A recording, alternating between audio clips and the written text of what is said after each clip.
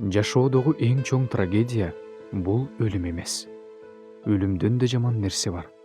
Өлүмдөн да жаман эмне болмок деп сурашыңар мүмкүн. Максатсыз жашоо, мааниси жок жашоо деп жооп берер элем.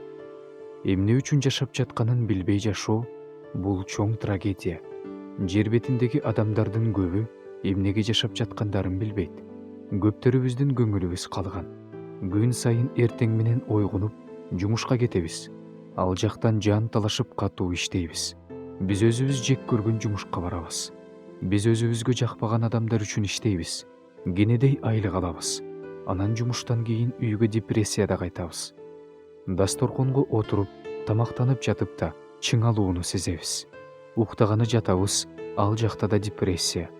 Түнкүсүн оодарылып, уктай албайбыз. Шыпты карап, өзүбүзгө мен эмне үчүн бул жердемин? Жашоомдун мааниси эмнеде деген суроолорду беребиз. Мындай акыбалда ар бирибиз эле болгон болушубуз керек.